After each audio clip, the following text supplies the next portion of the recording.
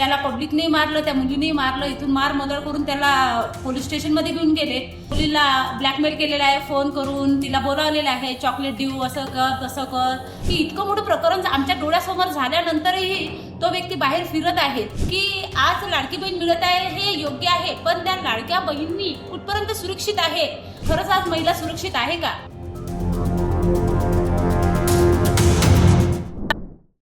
मी वंचित बहुजन आघाडीची शहराध्यक्षा रीना तायडे. आता मागेच ते अजूनही थंड झालेलं नाहीये प्रकरण अचलपूरचं. आणि नुकतंच आता काल आपल्या दर्यापूरमध्ये एक प्रकरण झालेलं आहे. मुलीला ब्लॅकमेल केलेला आहे, फोन करून तिला बोलावलेलं आहे, चॉकलेट देऊ, असं कर तसं कर. हजारदा तिला फोन करून बोलावण्यात आलेलं आहे. शेवटी त्या पोरींनी दुकानात येऊन अतिशय मारझोड केली, बोलबाला झाला, अतिशय मोठ्या प्रमाणात पब्लिक जमा झाली. पोलीसवाले, ट्रॅफिक पोलीसवाले 112वर फोन करून, आम्हीच महिलांनी जेव्हा 112वर फोन केला तेव्हा मोठी गाडी आली. त्याला पब्लिकने मारलं, त्या मुलीने मारलं, इथून मार मदळ करून त्याला पोलीस स्टेशनमध्ये घेऊन गेले. दिवसभर तिथे सर्व प्रकरण झालेलं होतं. आमचे काही सहकारी तिथे पोलीस स्टेशनला उपस्थित होते.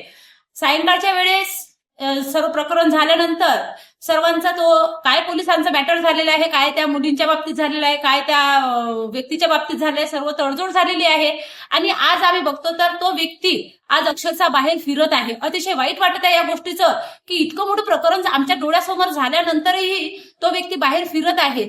आज खरंच ही महिला सुरक्षित आहे का?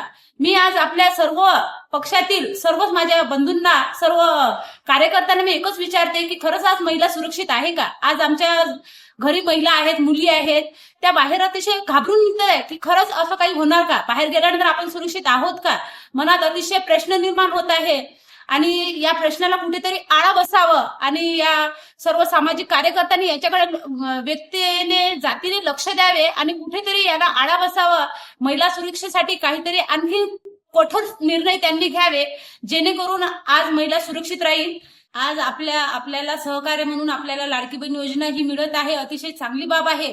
परंतु खरोखरच मी मुख्यमंत्र्यांना, या गृहमंत्र्यांना मी एक प्रश्न विचारते की आज लाडकी बहीण मिळत आहे हे योग्य आहे, पण त्या लाडक्या बहिणी कुठपर्यंत सुरक्षित आहे आणि कितपत हे योग्य आहे? महिलांवर होणारे हे अन्याय कुठपर्यंत चालत राहणार आहे? पण आपण दिलेले जे आम्हाला महिला लाडकी बहीण योजना आहे त्याची आम्हाला अतिशय मदत होत आहे, पण त्या मदतीसोबत आम्ही सुरक्षा स्वतःला फील नाही करत आहोत.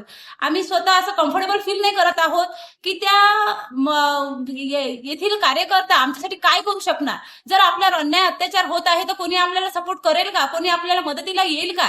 जर अशीच तडजोड होत राहील तर या गोष्टीला आळा बसणार नाही. ही असे प्रकरण, आणखी मोठे मोठे प्रकरण असे होत राहील.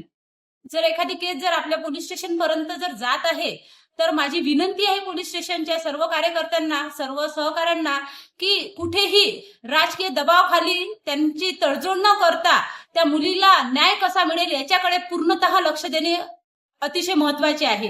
कारण आमचा सर्व महिलांचा एक आधारस्तंभ हा पोलीस स्टेशन असतो. जर कुठे काही प्रकरण झालं, कुठे अन्याय होत असेल तर आपण सर्वात प्रथम हा पोलीस स्टेशनचे दार गाठतो. आणि तिथेही जर अशा गोष्टी जर झाल्या तर जायचं कुठं? कोणाला मदत मागायची, कोणाला सहकार्य मागायचं, हा खूप मोठा प्रश्न निर्माण झालेला आहे. म्हणून मी पोलीस स्टेशनला एक रिक्वेस्ट करते की त्यांनी कोणतीही तडजोड न करता त्यांनी पुरेपूर त्या होणाऱ्या महिलांच्या अत्याचारावर आळा कसा बसणार, कशी तिला मदत करता येणार याच्याकडे पूर्णतः लक्ष देणे खूप गरजेचे आहे.